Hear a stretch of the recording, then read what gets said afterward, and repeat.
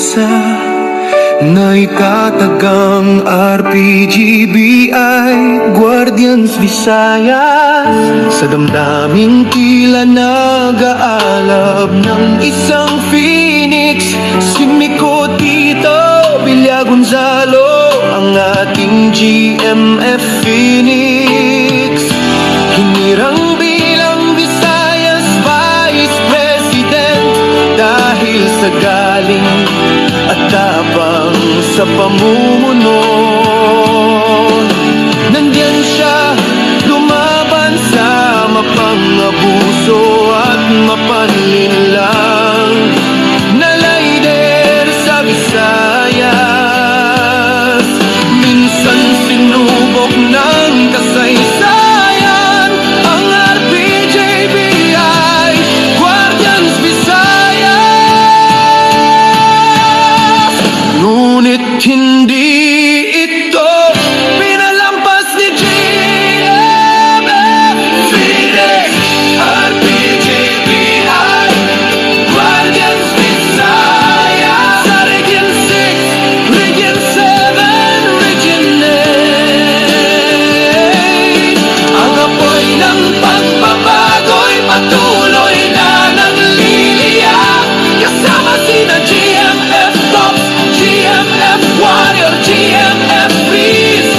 Ang tatlong artist, ilaw ng ating Visayas.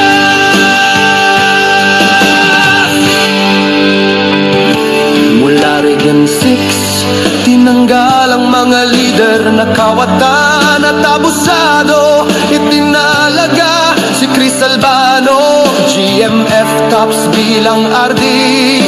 Sa Region 7, si GMF Warrior na isaring board of trustee 2026. At sa Region 8, itinuring na RD si GMF Freeze. Hanggang ngayon sila'y patuloy na namumuno.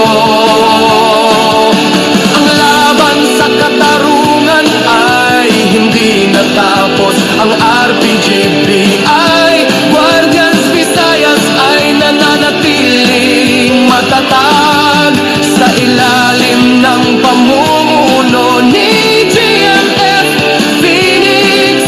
Ang Visayas ay muling sumisikla.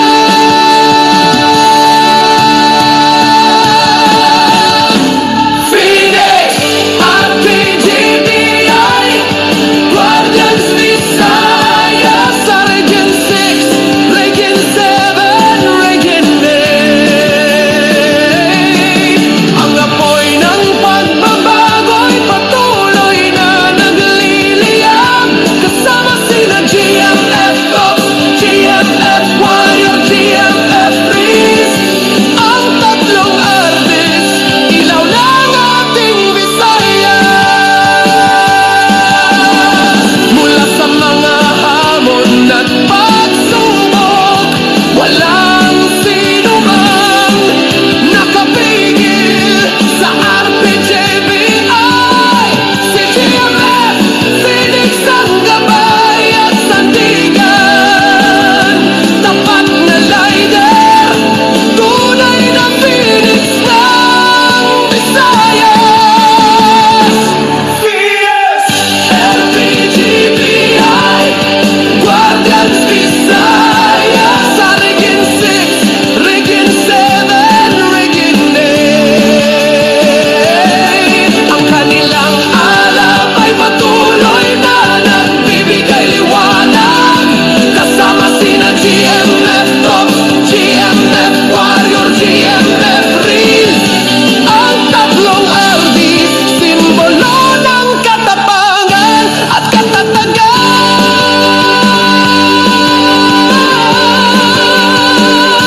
Sa puso ng Visayas, ang RPGBI Guardians ay buhay. Sa gabay ni GMF